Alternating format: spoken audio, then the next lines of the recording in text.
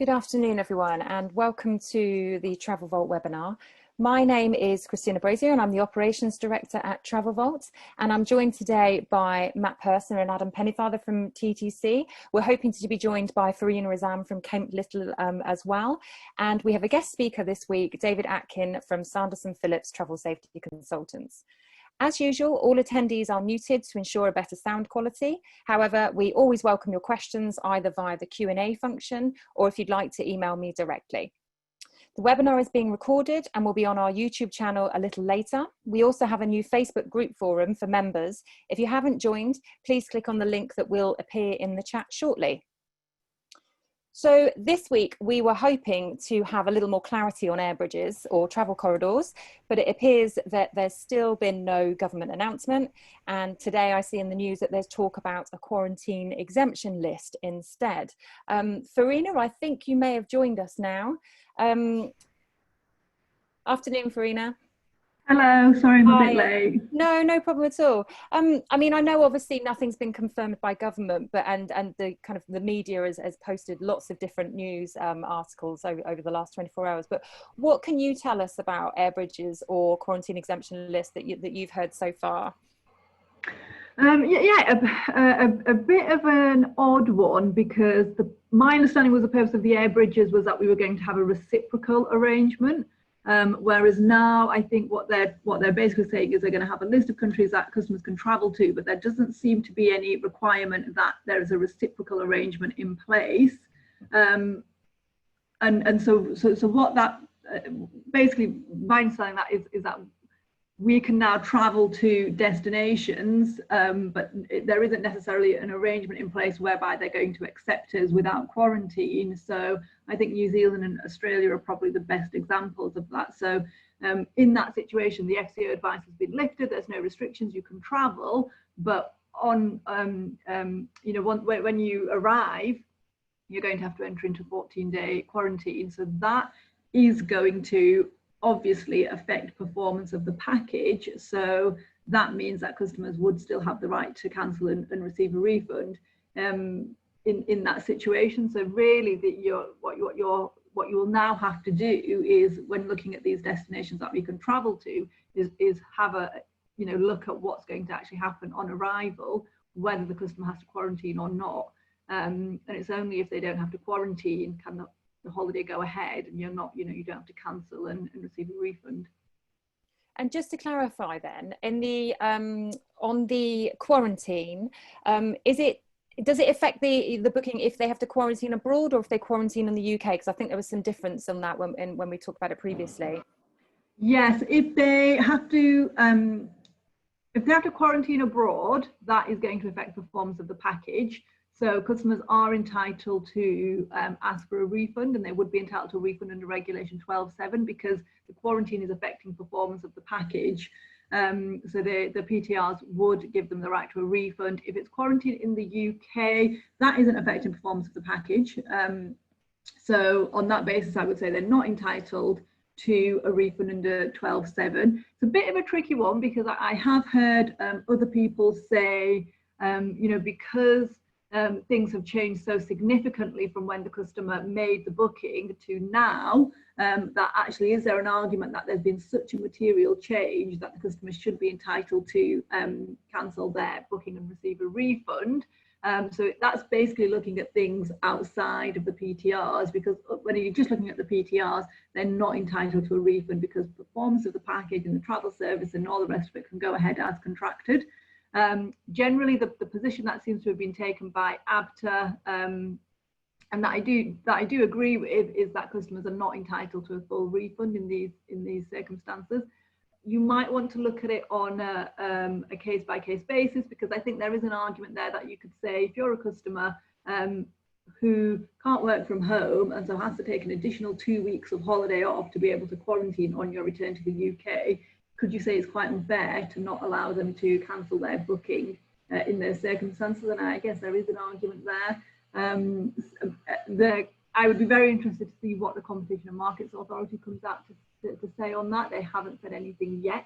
My understanding is ABTA has been speaking to them about it and has been saying to them, look, our position is that where there's quarantine in the UK for a destination, that doesn't affect performance package doesn't give rise to a right to a refund. CMA doesn't seem to have come out and said anything either way. So that is the position that ABTA is taking. That's sort of the position that I think most travel companies would probably take.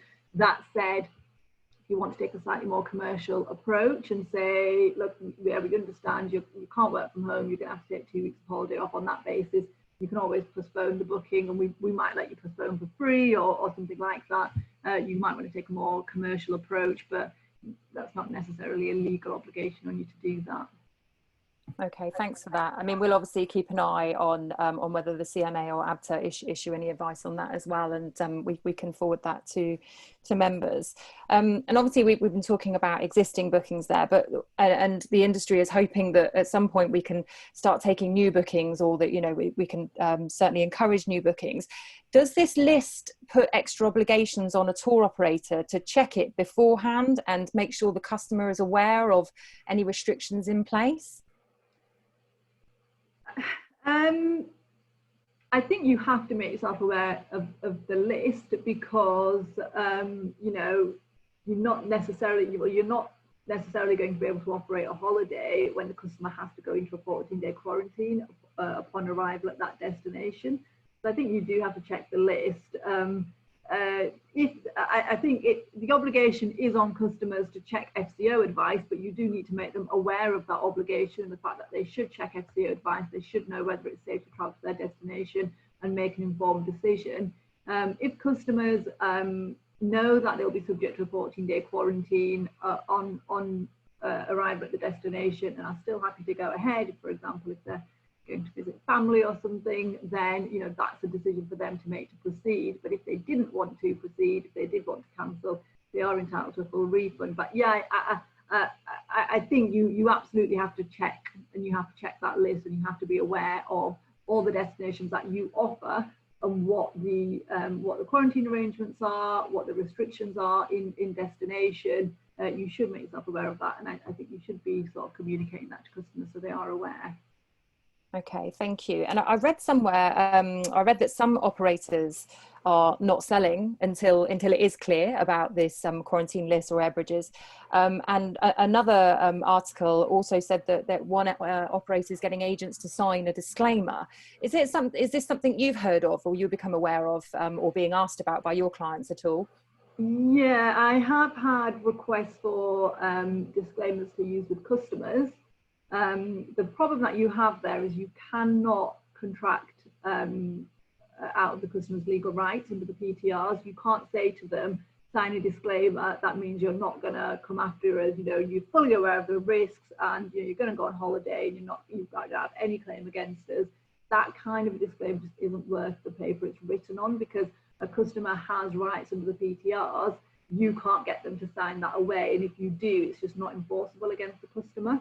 But disclaimer, not disclaimers, but clauses that perhaps make customers aware of certain things, provided they're drafted in accordance with the PTRs, they would be permissible. So I guess what you could say is maybe put something in, whether it's your T's and C's or on your website, that basically says, here is what you'd be looking at in destination. You'd be looking at masks, you would be looking at social distancing, and actually if you go onto the website Reopen EU, if you click on all the various or if you select all the various EU destinations, it actually has a really handy guide that outlines the various restrictions in place in that destination, including if social distancing is required, including whether masks are required, where and how, and all that kind of thing. So what you could, but I think generally the feeling is that is basically the world that we live in now, in terms of you have to accept when you go out and about, there's obviously it's a requirement in this country, on public transport. It's actually wider than that in Europe, and I think it's a requirement in a lot of shops and things as well. And so I think what you could do is put some wording in that says, because of COVID-19, a lot of our suppliers, a lot of destinations have put certain things in place, like, for example, PPE, masks, social distancing, restrictions on, how many people can use certain facilities, restrictions on public gatherings, etc., etc.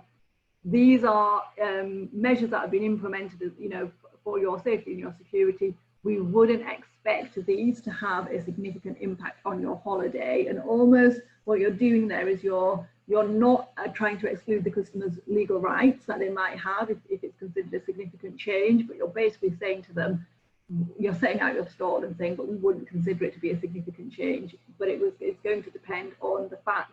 But I very much think we need to sort of promote this message now, that this is the world that we live in. This isn't, you know, you can go on holiday now, but it's not going to be the same experience. But that's not a significant change. That is just the world now. So I would definitely stay away from disclaimers, but I think you can certainly put things in your T's and C's that are basically just explaining managing a customer's expectations. Thanks, Farina. That's really helpful. And Matt, there was obviously much media coverage on air bridges last weekend, media speculation, we should say. When you've been speaking to your clients, has this sparked an increase in bookings?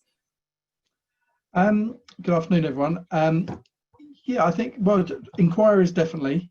I think there's probably still a bit of apprehension from people about whether they're actually willing to part with their money to make a booking, because sort of for the reasons that Farina's laid out, really, is what's that experience going to be like when you get there. It's not about just being allowed to get on the plane and be accepted into the accommodation.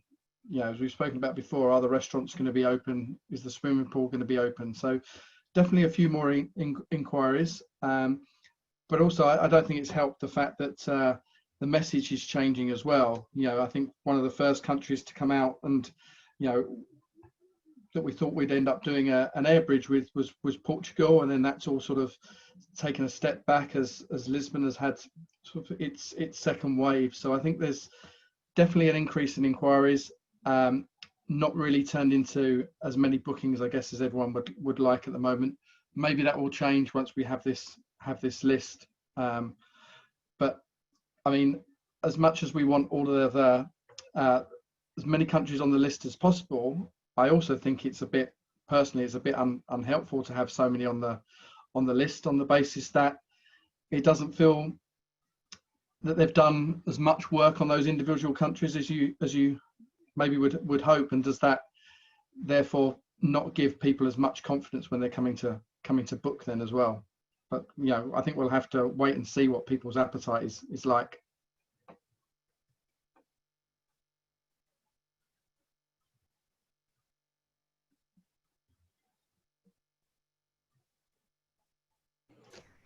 Christina, just a couple of other things that might be worth mentioning. I'm not sure if we've lost Christina, actually. Yeah, we have. But, yeah. Yep. I'll just talk about some of the other issues that might be worth thinking about. So obviously, you've got the risk of a customer either contracting COVID on holiday, or actually probably the other issue is contracting COVID before they are due to go on holiday. So if you've got a holiday, say within the next week or so, and actually you've either tested positive for COVID-19 yourself, or you've been told that you've been in close contact with somebody that has COVID-19, and so you've got to go into a 2-week quarantine or 2-week self-isolation. So you've got that situation there in terms of what that means for customers, because they're not going to be able to go on holiday if they have to do that. They have to enter the self-isolation. In that situation, I would say that you as a package organizer don't have any liability, because you're still able to provide the holiday as contracted. It's a customer that can't go on. So basically what you'd be looking at in that situation is you need the customer to contact you to tell you that they can't go on holiday anymore. And then you'd be looking at things like offering them a postponement. They've got the right to transfer the holiday place to somebody else if that works, and they've got that right with the PTRs, or they cancel, in which case you'd have to impose your standard cancellation charges, and you would hope that they have some travel insurance that covers them. So there's that situation. And then you've got the situation where a customer might contract COVID-19 on holiday, and if they test positive, or otherwise if they're told that they've been in close contact and they have to now stay in the destination, an enter quarantine for 14 days. Who puts the bill in that scenario? Again, I wouldn't say it sits with the tour operator, because it's nothing to do with the travel services as such. It's just something that's happened, and you would treat it like you would treat any illness. Your obligation there under the PTRs is to provide reasonable assistance in the circumstances. But there is an argument to say that you perhaps owe them up to 3 nights of additional accommodation, but actually that only applies where you as the tour operator or the airline can't get the customer back to their departure point. But here you can, you're still able to provide all of the holidays without the customer that can't receive them, so can't receive the services. So again, none of that liability, I would say, sits with you, bar the obligation to provide assistance. What you'd be looking at then is really you'd be hoping that the customer has travel insurance that would cover them, but also they might get assistance in destination, because you might get the destination itself saying, yeah, if that happens, we've got these quarantine hotels, we're going to put the hotel itself into quarantine. The customer wouldn't be expected, or I don't think the customer would have to foot the bill in that situation, because they're having it imposed on them. So you would expect either the hotel or the destination to foot the bill. The customer would probably have to foot the bill of returning to the UK after the self-isolation whilst they're there. And again, I wouldn't say that that's your obligation, because you were able to provide the holiday and provide the return flight as per contracted. So that's, then it's not great messages to be sending out to the customer, but that is the legal position. You might want to put something in your T's and C's to cover that off. But really, I think the crucial point there, and what it links to, is going to be the travel insurance that the customer has, and the hope that covers them for COVID-19, or covers them for some of these issues that they might come across. Thanks for that, Farina. Sorry, I'm back. I had a bit of a technical hitch there, so I lost the webinar completely, but thank you both for filling in for me. No problem. One of the questions that I've had in advance is about airlines, actually, and as a supplier. And we've talked about this previously, but similar issues previously, but one of our members have said that BA have contacted them about a booking that they've got later in the year, in December. And they're asking whether they want to change the booking. And they've given them a deadline to reply of a date in July. Otherwise, any changes in the future may not be permitted until 2021. This seems like a bit of an unusual thing for BA to say. And so obviously our member is asking, are they allowed to do this? Have you heard of any examples of this where airlines are kind of trying? I mean, it sounds to me like a bit of a tactic to potentially avoid future cancellations or refunds. It seems very strange. What are your thoughts on this? I haven't heard of anything similar, actually. It does seem very strange. What it ultimately is a unilateral change or amendment to the contract, but that's on the basis that you have a contract in place with BA, which you might not. But that, there would be terms and conditions that are applicable. I would have thought that govern things like amendments, and the fact that amendments normally would be permissible, but you probably have to pay an amendment fee. So it seems strange that they're going down this route. But even though they're saying changes might not be permissible, they've not said anything for certain, so they clearly probably know that they're going to have difficulty trying to impose that legally. If it gets nearer to the date and actually it turns out they want to cancel or they want to amend, they would, or they have to cancel, should I say, or have to amend, then obviously they're going to have to do that anyway. I think that would be a very tricky one to enforce, I would have thought, legally, which perhaps I think BA is giving away in how they've worded it. Yeah, that was certainly my reading it as well. I think obviously our tour operator was slightly concerned as well, because if they offered the customer the option to change, I think they're worried that it might give them the inclination to cancel fully and then they lose the booking.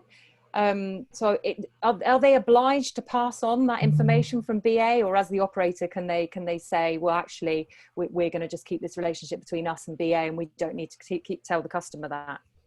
Yeah, I would say if they're the package organizer, they've got the contract with the customer. BA is their supplier, so I don't think they necessarily have to pass that message on to the customer. I guess it's just the risk that BA might try and argue if the customer wants to change closer to the departure date. You know, BA might try and argue, oh, actually you can't because we said this. Yeah. But I think they'd be on tricky ground actually if they did try to do that. So no, you don't have to pass. I wouldn't say you have to pass it on to the customer. Unless you want to. Okay, thank you. And we've had a question from one of our members. Are flight suppliers legally able to impose an admin fee on the airfare being refunded if the flight is cancelled by the airline? It will depend on the supplier's terms and conditions. That's always the answer, isn't it? Terms and conditions, understandably.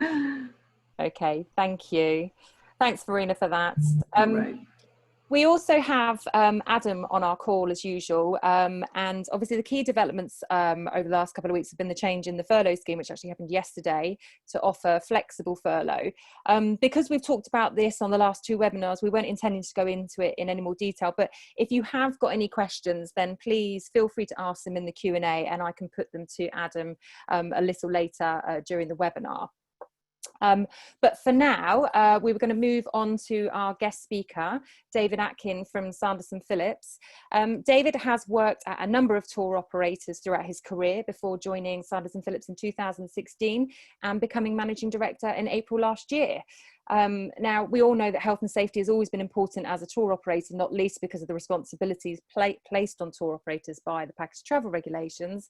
However, COVID-19 is increasing the risks, and David is going to take us through some practical steps in order to mitigate this. Welcome, David. Thanks very much, Christina. Just need to share my screen if that's okay. Thank you. Where is it? That one. So, let's just start that. Well, good afternoon, everybody, and thanks obviously to Travel Vault for giving us the opportunity to talk to you all today. I'm here with two hats on today. One as MD of Sanderson Phillips, and also I'm representing our partners in COVID and other matters of travel safety, Tranquillico. So hopefully some of you are aware of our businesses and what we do, but essentially we come together as a partnership to provide travel safety services to the travel industry. Just kick off with a little introduction, a little more of an introduction to us.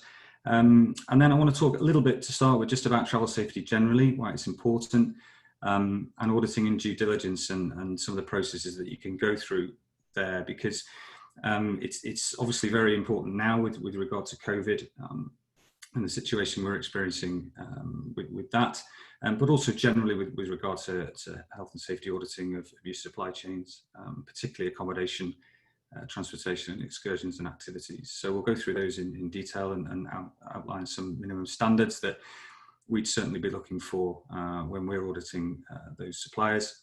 And just to finish on what you can do to ensure that you have the most up-to-date information to hand to communicate with your clients and reassure them that that the hotels and the suppliers that you're using are taking all measures necessary to protect them from COVID. And then there'll be a bit of time at the end, hopefully, for some questions. So just a quick couple of seconds on us. Sanderson Phillips, we've been around for 20 plus years now, 22, I think, and predominantly helping companies audit hotels and accommodation. Colin, Tranquillico has been around for 10 years now, as well as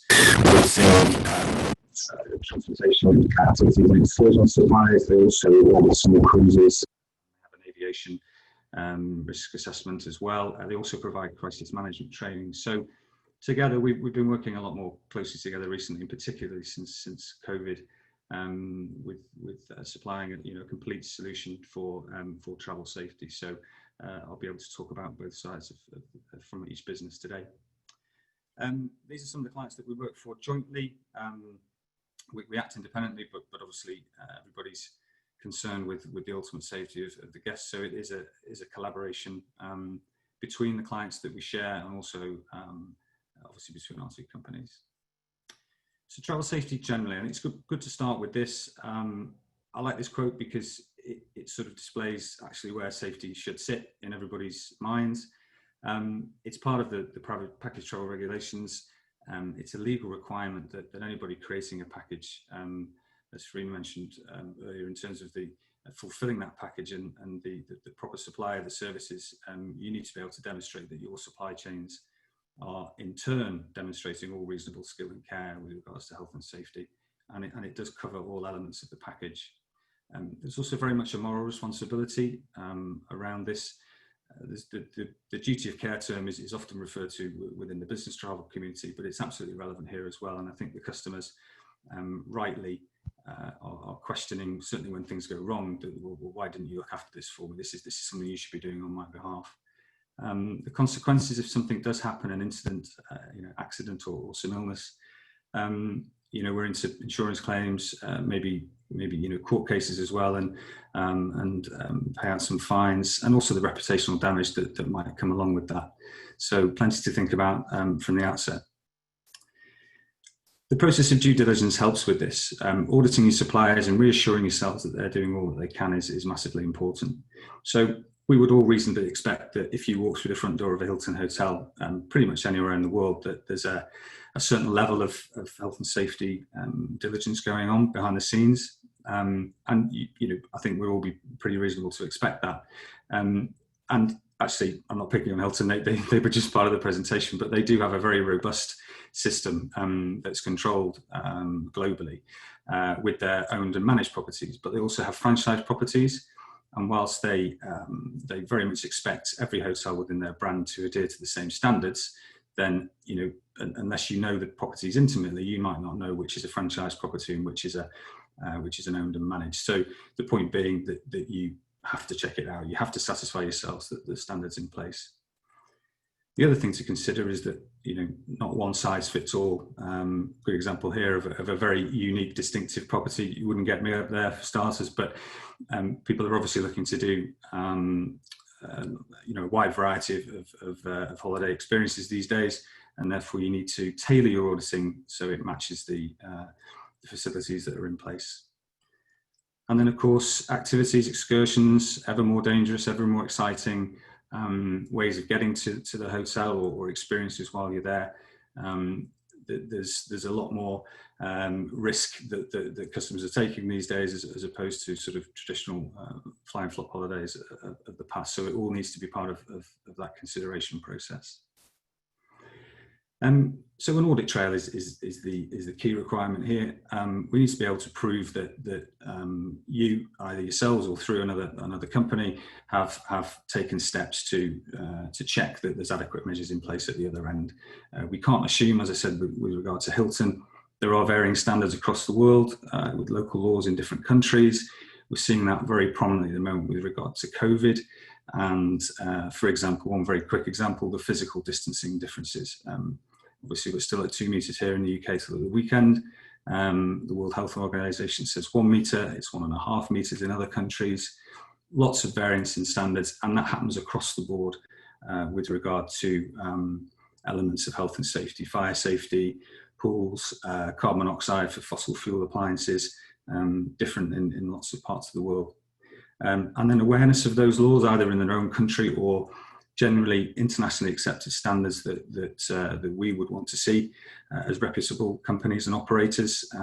There's not so much awareness of that in resort, and also general managers, operational teams might have budgetary constraints where it's not always possible for them to implement such stringent safety measures. So lots of reasons why we need to ask questions of our suppliers before we confidently sell them. The most important document probably with regards to an audit trail, a process of due diligence, is having a safety management system. It doesn't need to be war and peace. It can be relative to the size of your business and your operation, the amount of customers that you're sending away. And it could include a variety of ways of inspecting hotels. Top of the tree would be a physical inspection, if that's within your means. Sending someone to a hotel, either covertly or planned, is an excellent way of going through that process of due diligence. But more common is probably a process of self-assessment where the hotels are sent a checklist, a desktop audit, and then that's analysed when it comes back, either internally by yourselves or by a consultancy like ourselves. How you respond to incidents and feedback from live cases, customer feedback, if there's regular feedback around safety concerns at a property, that's absolutely something you should be investigating. And also staff, when they're travelling, can often spot areas of concern or even check out against an audit that's been completed and check that the answers that the control measures are in place at the other end. That's a really important part of the process. So into COVID then, it's been a roller coaster already. I think we're just over 100 days in. Something changes every single day. So it's absolutely something that I'm sure everybody's on to already, but we need to keep reviewing all the time and adapting our processes accordingly. Unfortunately, I think scenes like this are going to be something that customers will be regularly exposed to for some time to come. Hopefully not too many full boiler suits and mannequins in restaurants, because I think it was said earlier, we have to try and maintain a level of experience, and the guests needs to feel like they're on holiday and they've not walked into a hospital environment. But conversely, the hotels absolutely need to make sure that there are stringent processes in place behind the scenes, particularly, so they can reassure their guests, but actually the most important thing is prevent the virus entering the hotel if they possibly can, and if it does, how they deal with it when it comes to them. So minimum standards we would expect to see. Don't feel like you need to scribble these down. We can share these afterwards, and we've got some advisory documents to send out later as well, I think. But I'll pick out some as I go through these. Clearly, we need a plan. It would be remiss of a hotel not to have some kind of policy in place. Ideally, that would be written down. It's obviously got to apply to the local law wherever they're operating. It needs to factor in a whole variety of people, obviously staff and guests predominantly, but anybody that's coming into contact with the property, anybody that's crossing the boundary, could potentially bring the virus in. So they need measures and control processes to ensure that everything's, certainly the hygiene factors are in place for those areas of the operation. Control measures will come on to, obviously enhanced hygiene is important, staff training, massive part of this, and then obviously how you deal with the case. Sorry, David, we've got a slight sound problem there. I think your microphone went a little bit like a robot. It seems to be fine now, though. Is it back again? Yeah, it's back. Thank you. It's my other life as an airline pilot that's causing the problem. Do you want me to unplug it, or am I okay to carry on? No, you're fine now. That's fine. Okay. Thank you. Yes, so how they deal with a live case, incident management, particularly important, communications and monitoring review we'll come on to. We need to change the way, or we don't, the hotels do, how they're accepting guests particularly. So pre-arrival information, very important, but also how they ensure that the guests are behaving as they should do when they arrive. And obviously we'd expect physical distancing, personal hygiene to be a big part of this, but also PPE is required in some countries, so they need to take all that into consideration and have that in place, obviously, before they reopen. Enhanced hygiene is a no-brainer. Obviously, they need to be ensuring that this is taking place in every area of the operation. They'll have already had to make a decision, probably based on local law, around whether they can open certain facilities such as gyms and fitness centres would be one that would spring out there. Also, back of house, often confined spaces, kitchens, staff accommodation and dining rooms, etc. All areas that need to have the same kind of hygiene levels as front of house, where the guests would be as well. Wrong way, sorry. So in terms of staff training, again, this would ideally happen before opening. It's got to be supervised once there's a soft opening or they're fully open again. And even then, we're speaking to a lot of hotels that are only looking to be maybe even 60-70% capacity would be as much as they can handle because of the likes of the physical distancing requirements. So staff training is hugely important, and a big part of it will be how the staff are asked to engage with the customers, but also to report their own illness and not come to work if they feel any of the symptoms, and also how they report the illness of guests. And finally, the consequences of non-compliance. That's an interesting one. Obviously, everybody's on holiday and trying to enjoy themselves, but as Farina said earlier, we're living in different times now, and rules are very much part of that, and we would expect customers to behave in that way when they're away.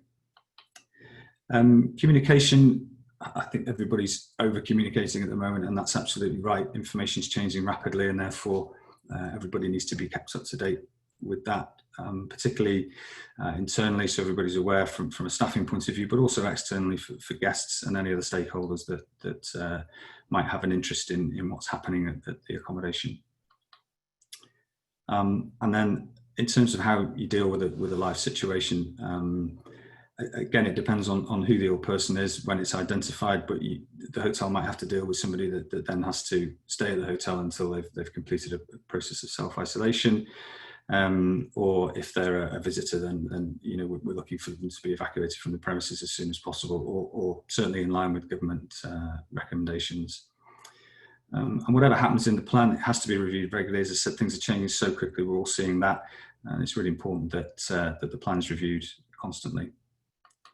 So they're the minimum standards we're looking for in accommodation. It's not too dissimilar in transportation and activities, excursions, as you might imagine. What you end up seeing might be, again, slightly different. But as we get into the detail, it's a lot around the planning. Again, we want to see suppliers really go into detail on how they're preventing customers get ill when they're in contact with them and other guests on tours and on transfers, etc. We need a nominated person overseeing the plan, advanced information, maybe one-way systems off coaches. All these kinds of things will have had to have been considered. And if, say, there's a multi-stop tour, it's how guests are maybe advised to use the same seat on a coach, and rather than staying at a restaurant for lunch, maybe they have to have a pre-packed lunch. All this kind of stuff needs to be considered. Hygiene, again, very much around cleaning high touch points with the hotel. That would be reception areas, the lift buttons, for example. With transportation excursions, it's literally everything you can touch on a vehicle, or maybe safety harnesses, helmets, anything that's involved with the activity or excursion would need to be cleaned on a regular basis, certainly after each customer use. And then PPE where it's relevant and practical. Certainly face masks is probably more important than gloves, although it just depends on the activity. And then again, in terms of staff training, particularly drivers are probably going to come into less contact with guests, but they need to know the rules.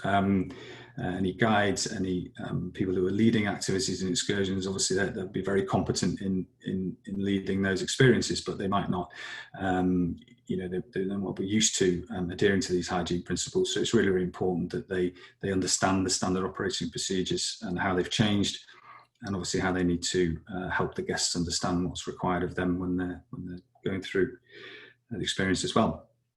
And again, non-compliance is important. If you've got somebody that turns up to an excursion that's ill, they're just going to have to be removed immediately, we would expect. Communication, again, as I say, pretty similar to the hotel side, but we're looking for pre-advice and then constant reminders in a polite way you'd expect, unless there's some issues, but regular reminders to both staff and guests of what's required in terms of physical distancing and personal hygiene. And again, pretty similar. You can spot the theme that if there is an ill person, how is it dealt with? And we want to see evidence of plans in place, and again, staff training around how these procedures are handled in the same way that you'd expect a fire drill to be documented and evidenced in a hotel property or within a transportation or activities supplier. How do we handle emergencies? COVID is coming into that bracket of responsibility as well. So what can you do? You might be doing this already, and great if you are, but certainly COVID, I think, has made a lot of companies realise that that maybe they can do a little bit more, possibly. We'd certainly be looking for a safety management system to be in existence in any tour operating environment. It just sets out a list of procedures that you're comfortable, depending on the level of risk appetite at board level. We very much want it from the top down, obviously meeting the requirements of the package travel regulations, but also being relevant for the size of your business and the volume of holidays that you're operating. And once it's complete, if everybody reads it, are you comfortable with the promises you're making within that document? Is it reasonable and practical for you to follow through on? Obviously, it needs to be reviewed regularly, and now it has to include COVID. And then after that, including in that, you can decide how to approach supplier auditing, whether you do that at contracting stage and look for reassurance from your suppliers that they're taking these measures into account, or again, you can have the services of an external consultancy to do that for you. But ultimately, the main aim is to, I think the word reassure came up a few times already today on the webinar, and that's absolutely what we're looking to do. We're looking to reassure our customers and potential customers that they will be looked after when they go overseas. That's that. Thanks, David. That was really great. It was a great run through of what we should be doing. I mean, obviously, you've been, I assume, doing lots of audits for your clients. What response are you seeing from the suppliers that you're kind of taking through these new checklists and questions and audit procedures? So hotel-wise, I'm sure everybody's seen already that a lot of the big brands have already come out with their own accreditation processes, certifications. They all seem to try and come up with a unique name for them very early on to reassure potential guests what would be happening when they reopen. And I think it's fair to say, it's quite a broad generalisation, but most hotels, if they're not already there and implementing some of these procedures and control measures, they're thinking about them and they're realising they have to do something. And that's not always the case with matters of health and safety. If you find a concern on an audit and you go back to a hotel, they might be unaware of the requirement in the first instance, where I think everybody's aware of COVID. So we haven't found a hotel or certainly a transportation or excursion supplier yet that isn't aware that they have to make adjustments. And again, I talked about budget constraints earlier. I think this is a different situation completely. You can't not do what's required for COVID. It's because it's so complex and difficult to handle, even identify that if somebody's got it, if they're asymptomatic. These enhanced hygiene methods, physical distancing will be around for a long time. So we're finding some really impressive protocols already being implemented, staff being trained remotely via Zoom and so on. It's the real realization industry-wide that clearly this might not be going away for a while, and we all need to work together to make it as safe as possible. And obviously, you talked about kind of in normal times, one of the ways you can kind of reassure yourself about your suppliers is actually physical inspections, whether that's yourself or whether that's, covertly. Is anyone doing physical inspections at the moment, or is it having to trust your suppliers to do the self-assessment? Yeah, it is pretty difficult. I mean, we can go to the UK at the moment. We might be able to go to 75 countries by the end of the week. Who knows? But the process of self-assessment, self-inspection is much more common at the moment, and I think depending on the level you go to, so we have a couple of options. We have a basic level that we're doing on behalf of our clients, but we actually have an accredited level as well, which is being independently audited. Now that level of detail is for very high volumes, admittedly, but they need evidence to support the claims that the hotel are making. Clearly a hotel can say, well, yes, we're fine for all these things, but how do they prove that? And one thing that's happened is kind of virtual auditing. That's becoming a really useful tool. So you would have a hotel team that you might normally meet, obviously in-house, You're now wandering around the hotel with them with their smartphone or whatever device they have, and you're walking the walk literally. And obviously you can record that, and then they can provide additional evidence off the back of it. So yeah, we're using whatever means we can to make sure that the suppliers are doing the right things. It's certainly a different world, isn't it, doing virtual Yeah. walkarounds and stuff. It's great though that, you know, we've got the technology to do it. And you also talked about you know, making sure that suppliers are kept updated with the different guidance and regularly updating your communications. Do you need to keep regularly updating the checks as well? Do you need to keep checking things like on a regular basis, like every month or every week, or is it just keeping it under review? Yeah, I think the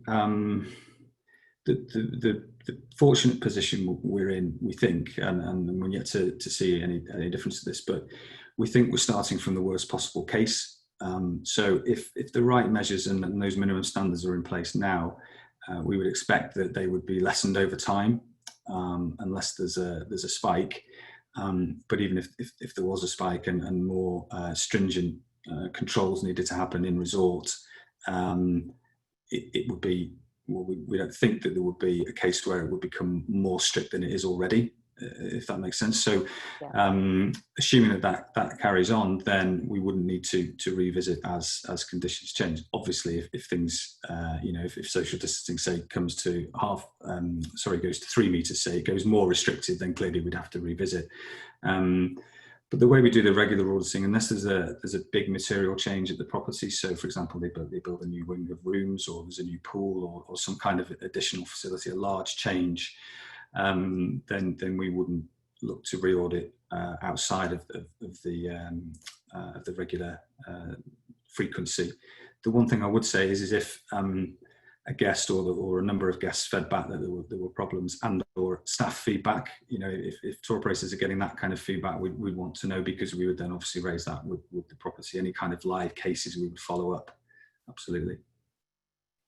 Okay, thank you. I guess that, you know, this is the perfect time to, you know, engage with your customers and make sure that the procedures are being adhered to, if you can't get out there yourself particularly. Yeah, absolutely. Yeah, we kind of need people travelling again, because you know, it'll be on TripAdvisor and fed back to tour operators very, very quickly if things aren't in place. Absolutely. Well, thank you so much. That's really been very helpful. I understand we've got some advisory documents as well that we can share with our members, which is really, really helpful to them to have something to take away, and your slides as well. Yeah. Is there any kind of notes for those advisory documents for people before they look at them, or? They're kind of best practice, so they're a little bit more detailed than what was on the slides today, but they're kind of aimed at the suppliers in a way. So I mean, you know, if tour operators want to use them to send to the suppliers to say this is what we expect you to adhere to, then obviously that's absolutely fine. You need some system to check that they're actually doing that, some kind of checklist or you know, spot checking. But no, our details on the presentation. Answering questions from. We lost you a little bit there. I think you turned into an airline pilot again. But okay. I think were you saying if there was any questions that we could come back to? Yeah. Basically, any questions, let us know. Okay, fantastic. Thank you very much. And to those attending the webinar, we will obviously circulate the documents shortly after. So thank you all to all of our panelists today for joining that discussion, and, you know, shedding some light on some of the potential changes that are coming through. Hopefully on our next webinar, we'll have a little more clarity, although I seem to feel like I say that every time. But thank you very much. If you have any feedback on the webinars or any topics you'd like us to cover in the future, please get in touch. But in the meantime, have a good afternoon. Thank you.